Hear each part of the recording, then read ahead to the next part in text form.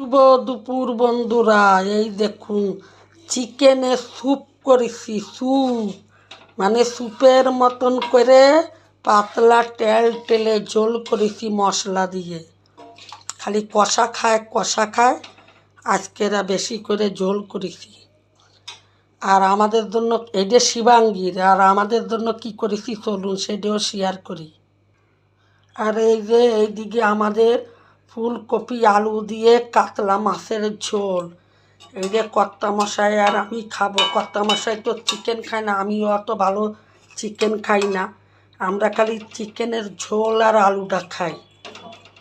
আর এই কাতলা মাছের তরকারি আমরা খাবো, বাস এইটুকি।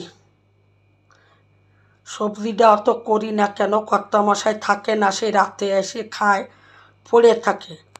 আমি আর একার জন্য সবজি করি না, শিবাঙ্গীও সবজি খায় না। টাটা। যদি দুপুরবেলায় যদি থাকে তাহলে সবজি করলে খায়, কিন্তু দুপুরবেলায় তো থাকেই না, খালি শনি রবিবারটা থাকে, তখন 2-3 রকমের সবজি করি।